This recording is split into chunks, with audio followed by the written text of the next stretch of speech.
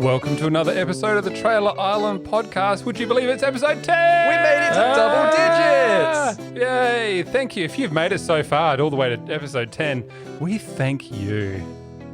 I've nothing By all means, just kick in at any moment, Matt. No, That's sorry. fine. I was just thinking. I think if people are still listening 10 episodes in, that's fantastic. Thank you very much. I think if they're still listening 10 episodes in, I'm wondering, when are we going to get rescued off the island? You know, That's true. We have every week. We're running out of People know volleyballs. we're here.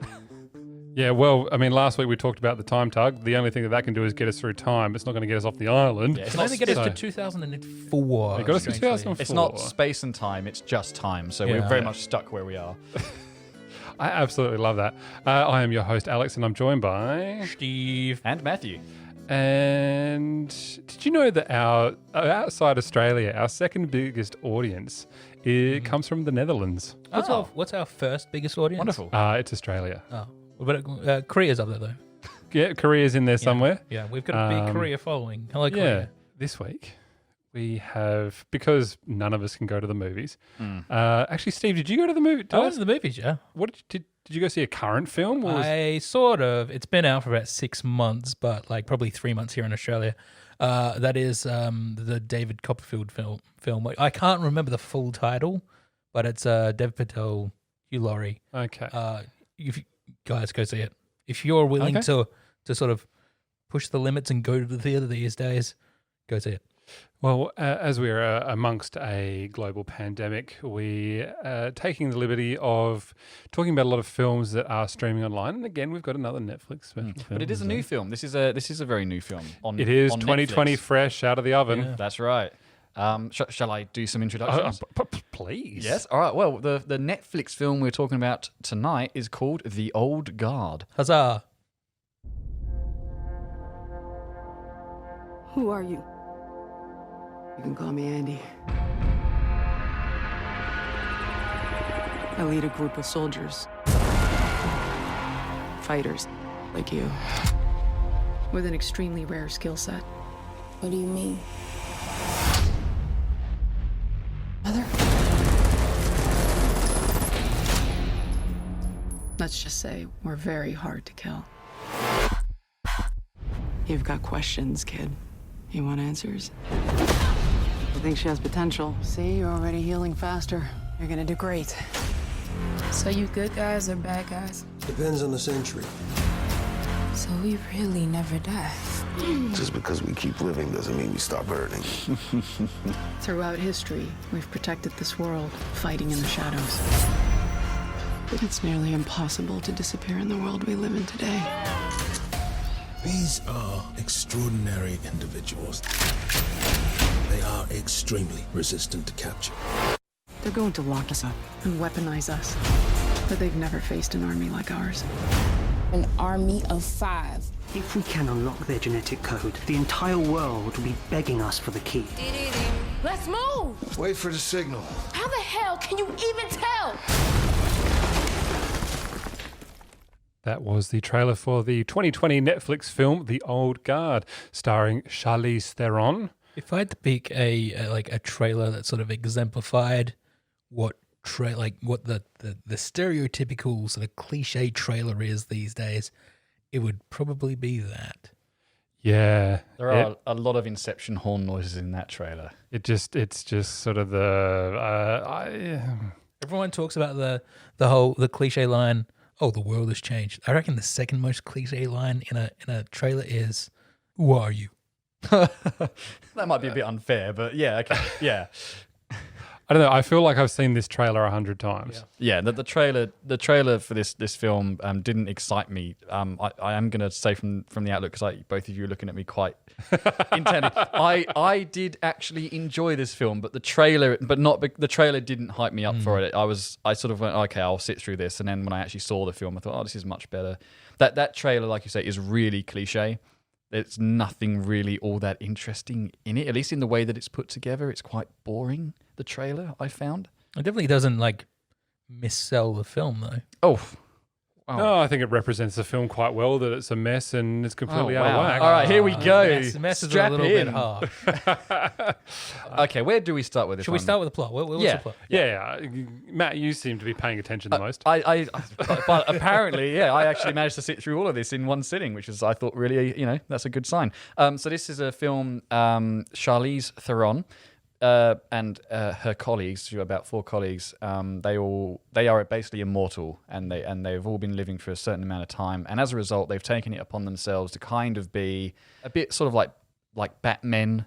I never thought it. Yeah. Sort of- Bat people, perhaps. Bat people, yeah, and they go around and they've sort of been present throughout moments in history, trying to sort of create change for good, for the most part at least. And when this film starts, they're all a little bit down and out. I think they're sort of the film kind of references the fact that in terms of, I guess, warfare and stuff, things are getting a bit worse, and so they're sort of saying like, what was the point? How are we really helping, that kind of thing? And that's sort of where we catch up with them, and then. Look, the story is not going to break any new ground. Basically, the main premise is that there is a company that find out about them, the fact that they are immortal, and they want to capture them and find out what it is that makes them immortal, and then obviously make money out of that. And that's basically it. And then there's some fresh blood that comes through, which they have to look after and take under their wing. Yeah, that's another character that's introduced, Niall, who's played by Kiki Lane, who discovers that she's an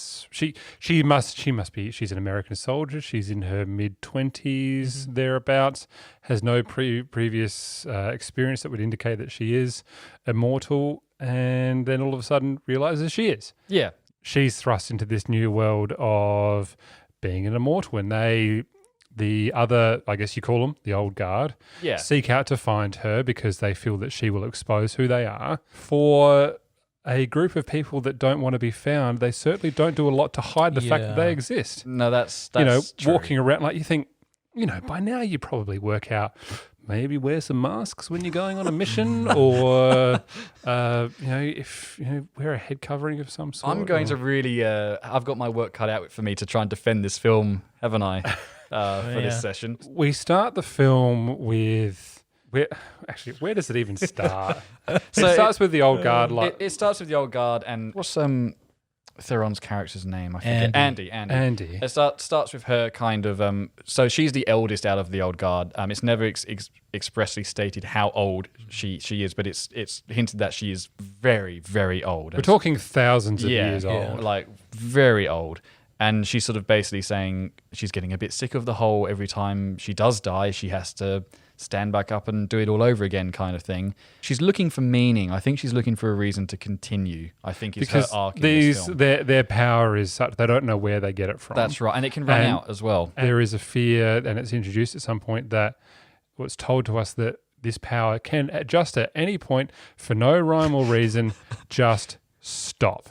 There's nothing that indicates that it's going to happen. We also never find out if there is a reason for that. It's just sort of they expire at some point. At some point, the injury that they get may be the last that they get, and they die. They can be injured, they can be hurt, and they can die, but then they, like a good Wolverine, just recover and come back to life. Is that ambiguity sort of pulling you away from the film? Because, I mean, those unanswered questions, I thought, for me, personally, I enjoyed that. I liked the fact that they didn't feel like they were obliged to explain that, or that it meant anything massive in terms of the history of the character. It's just like, okay, you guys, you've got a time period here.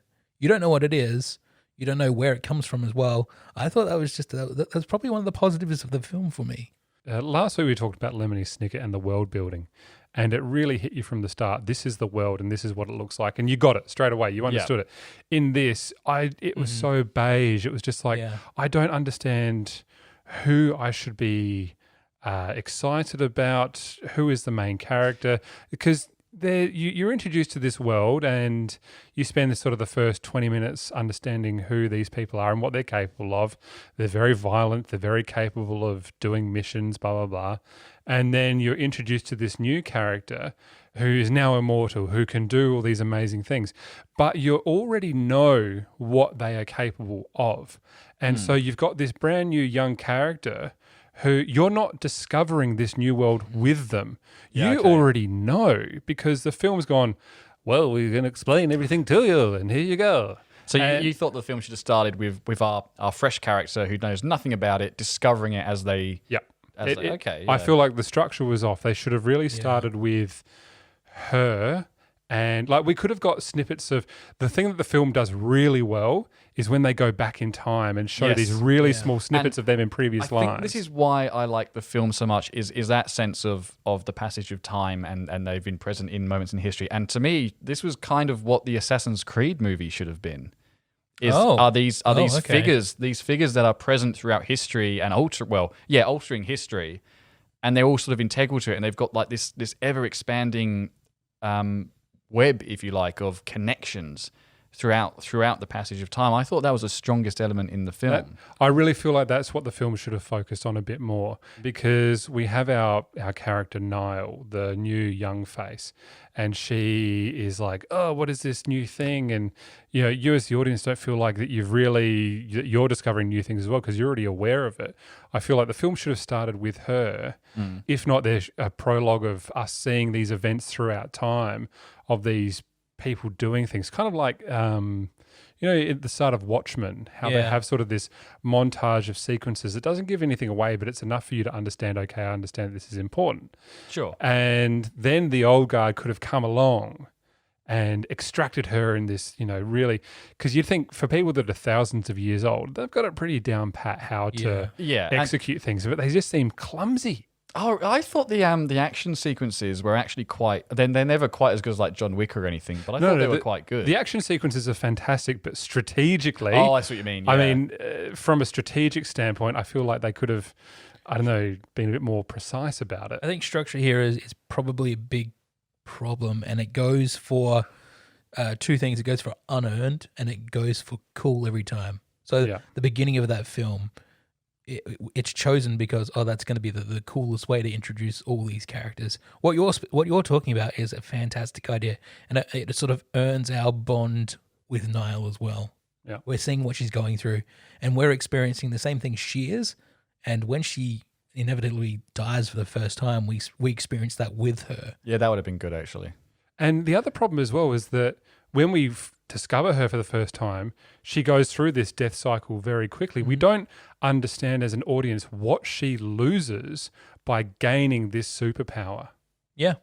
So it does make a big thing about how all her friends for some reason now think she's the Antichrist for whatever reason. Putting it mildly, but I feel like that was quite lazy. Yeah, it's sort of like, people don't like her anymore, so you need to understand why that's happening. Like, I honestly, it didn't build that enough. That reaction I thought was a bit unrealistic. I honestly Yeah. thought even if you have healed that quickly, your friends are just going to be so pleased that you're still alive. Yeah. Surely they're not all going to suddenly go, this person is something we should all be afraid of. I don't know. I feel like that was. I feel like if I had learnt that power and I'm with a bunch of mates, I'd be like, watch this and earn money somehow off of them. Going, do you reckon I can do this? And they'll be like, no, you can't.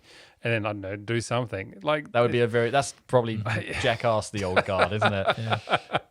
Yeah. So that was a bit of a thing that I had. I still think what I love about this, you're talking about world building, and one thing I did think they did quite well, I thought, was the character world building. I think a lot of the backstory here was delivered in a way that didn't feel like exposition. It was sort of there are a few moments where it's very on the nose, but for the most part, I felt like it was delivered in a way that was quite engaging, and you sort of go, okay, we're sort of being fed these little bits of information as the film goes along. You can sort of put something together as it happens. I thought that was done quite well. I thought those bits, they were sort of the weak point for me. There is a lot of exposition and on the nose exposition in this movie. Yeah. I don't think the writers of this film really got dialogue correct. That might have been a writer's issue. It might have been a director's issue. But I sort of felt like I wanted to be showed more. Like instead of narrating the whole backstory with Andy's first immortal find. Yeah. Just show us the story. Right, okay, yeah. Because she's telling it in a modern format and you're just seeing glimpses of it from the past. And like they were some of my favourite parts of the film. Charlize Theron's character Andy and Niall, the fresh face, they, for me, were the least interesting characters of the troupe. I It was have to agree with that, those actually. supporting characters. I feel like I felt for them a lot Yeah. more than the others because Andy's sort of this very dark, just like I can't be bothered with the world. I'm like, well, that doesn't make you interesting. Like, why do I then care about your character? Yeah. She's a bit of a hard nut to crack, really, in terms of likability. She does walk around, she's got the haircut and she's meant to be all really cool and Dark and dark and broody. broody. I feel like after 1,000 years, you'd be just a little bit more mental than that. Yeah. You wouldn't sort of have the capacity to be like, the world's bad. You sort of just have to be a little bit more, a little bit more lemon. I also don't think this would be the first time she's lost faith in humanity. This shouldn't be like Yeah. this shouldn't be a new thing for her. She's gone through like Black Plague and all like the Crusades and everything like that, and now is the time she's getting a little bit disheartened. And giving up on stuff like, well, That's a good point. Yeah, sure. I just feel a little bit sad today, guys, so I'm going to give up on humanity. What a perfect place to start the film. I just wish, they showed them, they show her as a badass, which is fantastic. But I feel like we should have seen more of like what she'd done throughout history. What I do appreciate is what they did with that character toward the end. The implication is that her actions, while not directly benefiting humanity, are indirectly benefiting. Yeah. And And I that was came a out really nice. That was a nice touch. I really like that. And that's all part of the James Copley, who's sort of the CIA agent who's tasked with, on behalf of this medical company, to trap and capture these old guard, to bring them back to be experimented on. That's played by Chiwetel Ejiofor. Is that how you... Chiwetel Ejiofor. I'm not even going to attempt it. Chiwetel He's a very Ejiofor. high profile actor. He's a fantastic I actor. really liked his Yeah. character in this film. I thought he was probably the standout character, and I loved. He had a really lovely arc. He did. I was just going to say, actually, I sort of thought I knew what his character was going to be as soon as we met him in the film, and I was very pleasantly surprised by the fact that he actually did have an arc. I thought he was going to be a very two-dimensional character, and he wasn't. He was actually quite well. He probably grew the most. I think felt, so. Out of all the Yeah. characters, and he's working for.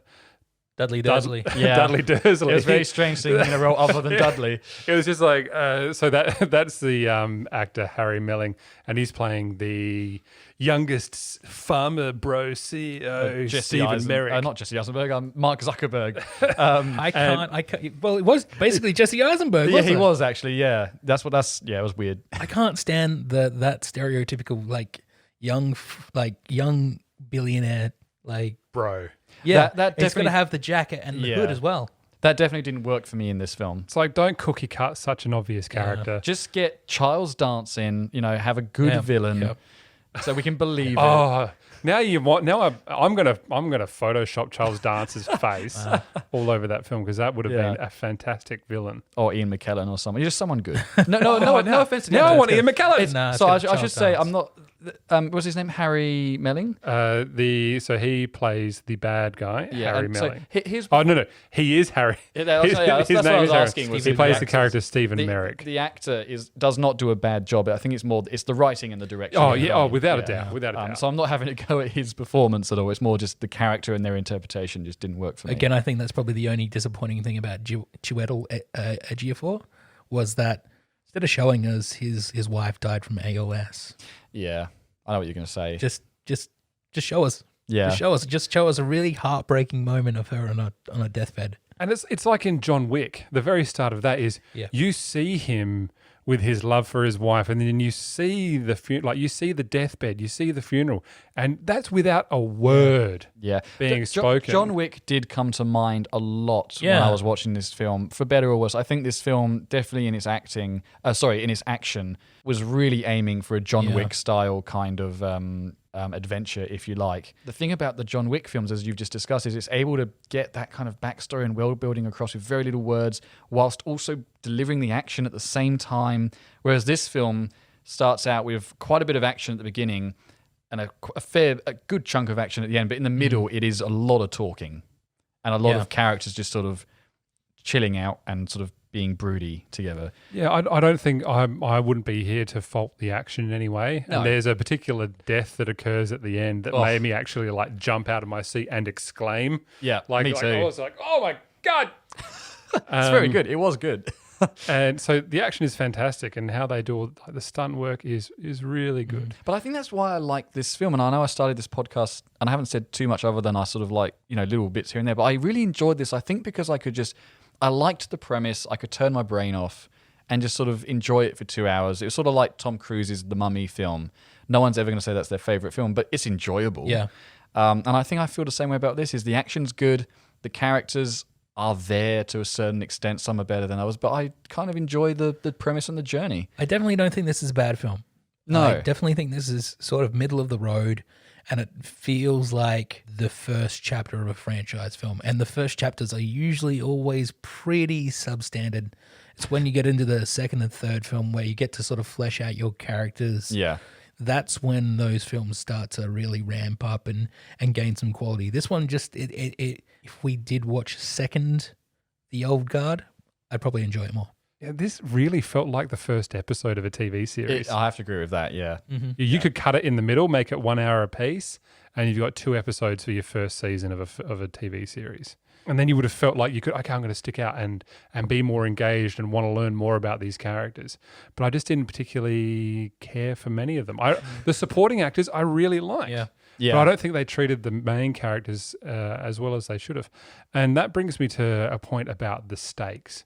I felt like, what was at risk here in this film? They've got to get them back from being experimented on. A couple of them get captured. Yeah. And that's sort of it, isn't it? And that's sort of it. And when you know that they are invulnerable to death, they can come back to life, then it doesn't feel like that's a risk. They're going to get out at some point. But what the film does introduce you to the idea of, or the concept, is that you can be captured and stored away. I love that. Yeah. And that was like probably the terrifying highlight of this film. Yeah. When they introduced the idea of that you could be stuck somewhere.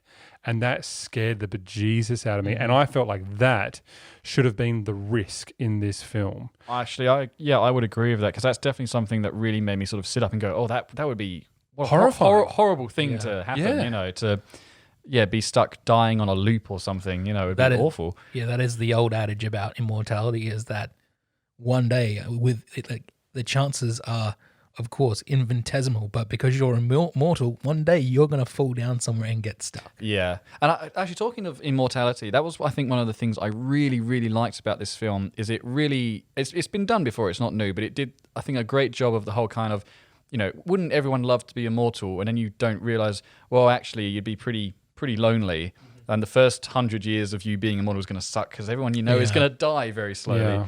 And I thought this film did a really good job of sort of showing that immortality is not really something that you should be looking for. Well, they address that with the Niall character. She's like, well, I've got a couple of years where I could hang out with my family and parents, and they wouldn't notice that I'm not aging. Yeah, exactly. It's like, well, at some point, though, you're going to have to address that. It's odd. It's a good contrast between, because it does start off with 4 main characters, and 2 of them, Andy and Booker, Sebastian, they both probably, they do explicitly say they live with grief, and I think they do a really good job of sort of emoting to that. Yeah. What I did have an issue with is probably the love story between the other 2 male leads, which I thought was just completely unearned.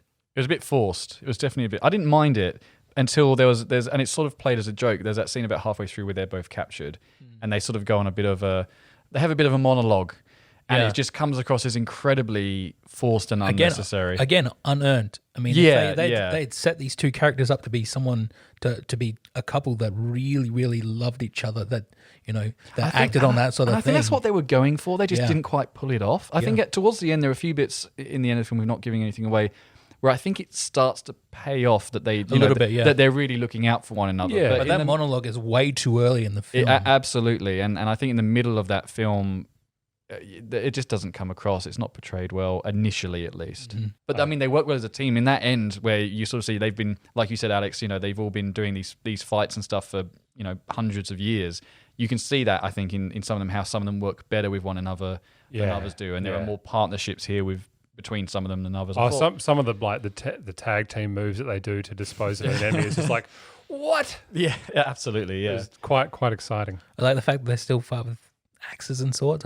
I love that's that. nice. That's That good. was the one thing in the trailer that had me excited was when she's in the church and she uses the sword as well as machine guns. And I thought, that is so cool. Yeah. That's going to be great. Now, why wouldn't they wear some form of body armor? The film shows that, yes, they can be incapacitated. Why not prolong that? They can be hurt and they feel the hurt. and they as well. feel Yeah. the hurt. You know, if I knew that I would recover from a stub toe, I mean, anyone can really recover from a stub toe. Doesn't mean I want to experience the pain next time Yeah, it that's happens. true. I'd Actually, rather prevent it. It's a slightly different point, and I might be just overthinking it, but they sort of go on about the witch hunts. Some of them had been alive during that time. Yeah. And I was thinking about, okay, so they're immortal and they make a joke, or some of them have been burnt to death a number of times and obviously have survived. And I was like, wasn't there a thing with witchcraft or maybe it's vampires where you cut off the head and bury it somewhere else from the body? And again, I might be overthinking it, but if you did that to one of these people, would their head grow back? Like, what would happen? You think you've Wolverine, and yes. Yeah, I don't know. Yeah. That did cross my mind. I was like, how would that do? Because that's the one thing, and I think they don't address it because they don't have an answer. It's like, well, actually, that probably would kill them. That'd be something interesting to explore in further films. Or maybe their body would grow back from their severed head, from the brain, and that's how it could happen. That would be That's great. how I think it would Yeah, happen. like over maybe like 100 years, it takes them to grow back their body. Yeah, Deadpool baby legs. yeah. It did make me think of like, would you like have this sort of this fetus body? Because horrendous. Oh, God. Anyway, like I said, I'm probably reading too much into it there. Another part of this that tickled me the wrong way was I don't think I've ever heard or seen a more ham-fisted use of music Oh, I was just about to say this. in a film in my life. I despise the soundtrack. It's like they've gone to okay, what's the top 10 most Oh, I see what you popular mean, yeah. songs at the moment? That one's got the lyrics that sort of work with this song. I'm going to choose that to score the film. Here's an excellent example where a composer could go back and look at where each one of these characters come from and design a nice character motif for each. Yeah. And Right. there is none of that in this None of film. it. Yeah. You're talking about ancient characters that don't have anything to identify them. Yeah, because they all dress obviously in modern, broody, hipster clothes. The music in this film will age. Yes. A score, for the most part, will not age. It took Yeah. me out of the film and it shouldn't do that. Well, I mean, last week we talked about unfortunate events. Thomas Newman's score, 15 years on, is still giving us cry. Whereas, like you say, this film, I had the same thing. I'm not well versed in modern music, but I definitely had the feeling of the directors just loaded up their Spotify playlist and put it to this film. They should have had an original score, like you say, that works with all the characters and their backgrounds. And again, maybe it was a budget thing. I don't know, but It had like a $70 million budget for this film. yeah, it does look like it is. It looks good. If They've given it that. if two characters are going to give me a nice, loving monologue in the middle of the film, and they can't even accompany it with like this really swelling sort of melody, why am I watching this film? Yeah, and then they just played off as a laugh immediately afterwards. It's sort of anyway. Yeah, Yeah, that moment did really annoy me in the film. It really annoyed me. I was really frustrated with the music and like just I don't know. You could have chosen. I could think of probably 10 songs per example that would be better than going, oh, this song has got the lyric about fighting hard. I'm going to put that song They in. really should have put David Bowie's "Heroes" at the end. And I would have made me cry. But that song would work as well, wouldn't it? Really? You know, like even some, some old school like Clapton or something like that would have just would have been great. worked with the vibe so much more. But this felt like it was too much like, we're cool characters and we're going to do this cool stuff. Look how cool we are. I'm like, I don't care how cool you look. I don't have effort for being this cool. No, what I care about is you and your journey. Yeah. That's what I want to care about. But it just fell flat.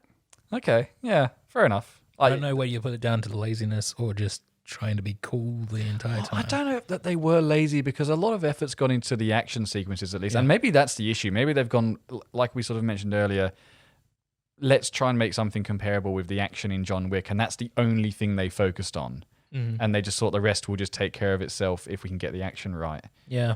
Maybe that's what happened. But having said that, like I've already said, I kind of enjoyed it just because it was a fun action ride, in a way. It definitely could have been better, but yeah, I enjoyed seeing them decapitate people and use excessive violence for no reason at all. You probably feel like how I felt about Fire Saga, where I was like, I can switch off, Yeah. I can enjoy the comedy and just enjoy it for the afternoon. But in this, it I didn't care about the characters. Yeah. And that's what probably drew me out of the film. Mm-hmm. And I did the classic thing where I paused to look how long it ran. I was like, Ooh. 2 hours. We only made it a minute in. I think I got 5 minutes in. I was like, oh, it's going to be one of these films, isn't it? You really did not like it, did you? As soon as I heard the first like sort of pop music soundtrack to it, I was well out of it. Yeah, okay. I think from the first 30 seconds of the trailer, I knew what the film was going to be like. Good trailer then. I'm more interested to see a second film. Yeah, and I think If it happens. I've heard lots of speculation online that they are going to make another one. Well, if they didn't, they've wasted about half of this film. That's true. Because they spend half of it like setting up what could happen in the next film. And I guess you could call it, it happens at the end of the film, but it may as well have been a post-credit scene. A very ham-fisted. I liked that. I did you? I thought Yeah. that was really cheap. I didn't like it. You're really okay. I saw it coming a mile I away. didn't see it coming. I mean, like I got 3/4 of the way through the film, and I was like, and you know what? I bet this element is going to come back in the next film or like the third film or something like that, and it's going to be sort of an interesting sort of concept. But no, right at the end of the film. Yeah. Yeah. Bit cheap. Anyway, what can you do?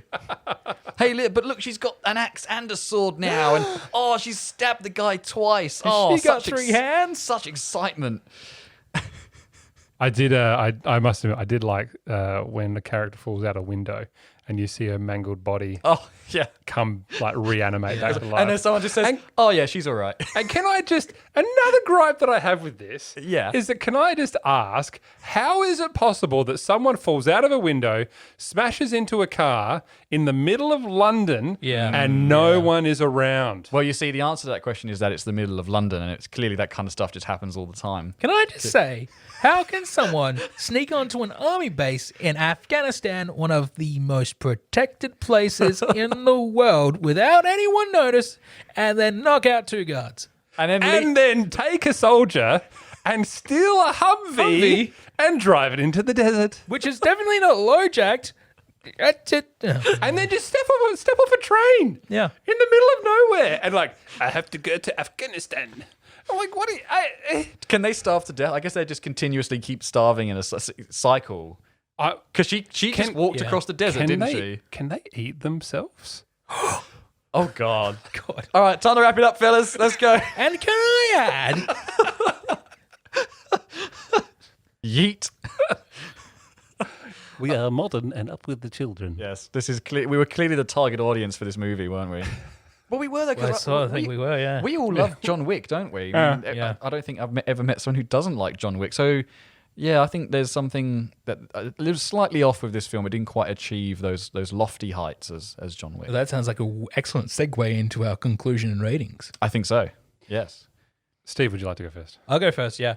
I'm going to give it 2.5. Oh, shall we say like regenerating pineapples today? Regenerating pineapples? Yeah, I they're think so. immortal pineapples. Yeah. 2.5 immortal pineapples, because this film didn't set any payoffs up, well, any substantial payoffs up. And I really want to see those character moments build and grow and crescendo at the end. And it just didn't happen. Yeah. And like, it happened once, and that was a nice moment, but it should have done it more. Yeah. Okay. It was they went for the cool, easy option every time, and not the real character driven one. You want me to go next, don't you? No, I'll go next because then you can finish on a positive note. Okay, wonderful. I really enjoyed the action in this film. I thought that was fantastic. I feel like the acting was poorly directed and they weren't really given an option to really be something more. The supporting cast were by and large so much better. I really enjoyed their journeys, but I just couldn't get over none of that pays for the lack of story and character development, like with those main characters. There are a lot of things that happen in the film, like the flashbacks and stuff I thought were fantastic. That was great world building, but it didn't do anything for the time and place that we as the audience was set in the film. And for that, it's going to get a 2. Okay, well, all right. Everyone's got their daggers out for me now. Look, I have to admit, I do agree with what we've said tonight. I think if they had taken on board maybe a little more character study, that it would have been a much better film. I think, the three of us have fixed this movie, so maybe they should give us a call. But having said that, and it's still fresh in my mind because I watched it today, and I had a really good time. I'm not saying it's the best film ever, but I really enjoyed it and would probably watch it again. So I'm going to give it a 4. So 8.5 immortal pineapples. Yeah. Okay. That's not too bad. It's not is that the worst? It's not the I worst. think it might be the worst. It's probably close, yeah. I think T-Swizzle got better. T-Swizzle. I think T-Swizzle got 8, didn't it? Okay. I don't know. It doesn't matter. It's not important. It's fine. No. It's fine. Well, it gets what it deserves. Oh, all right. Okay, no, democracy. I'm all for democracy. Democracy I don't think democracy manifests. works.